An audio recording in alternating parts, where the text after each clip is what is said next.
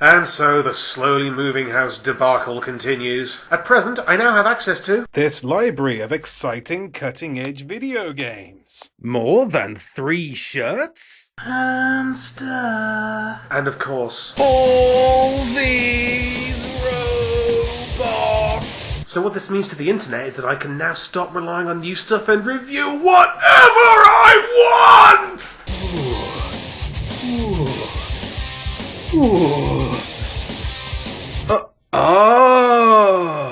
So this is G1 Flattop. This guy was one of the 4 Micromaster transports, and he's one of the obscure ones, because the only one that anyone ever remembers is, altogether now, Erector. But I personally am a much bigger fan of Flattop because he's the only one I've got, and he's also the only Transformer I have who's named after a hairstyle. So let's take a peek at this tiny chap, shall we? He's obviously a very small chip off the old Seeker block. Well, except, slightly mutated. Missile hands are slightly dumb, and the downward-facing wings look a bit forlorn. But he's at least a full buttload better looking and better designed than any of those Airstrike guys, and probably about on a par with Sunrunner. So, not bad. His face is almost as red as mine.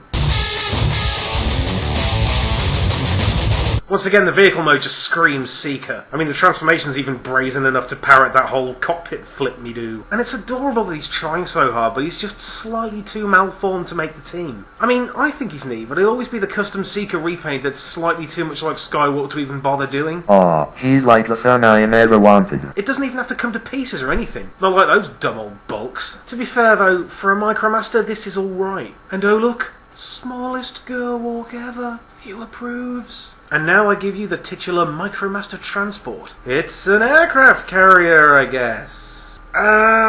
If we're being forgiving, I guess this isn't too bad. I mean, it almost looks like it's kind of the right shape. I totally dig the little control tower there, and these guns are pretty frighteningly huge. Then we pop the little guy on there, or there. Oh, scale issues! Seriously, what? I guess maybe if you fold away the control tower, you could pretend it's just the world's most precarious landing platform. But no, it's just daft.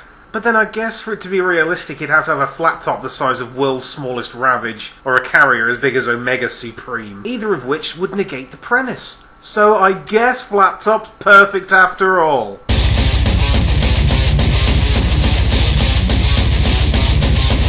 Oh no! They've done it again! They've done that thing where they turn an aircraft carrier into a jet! Have we learned nothing? Is what I would be saying if I gave a crap, but I don't. Flat top is perfect. Shut up. But I kinda know what you mean. It's a guy who can turn into a plane, flying another plane. Some would say, why?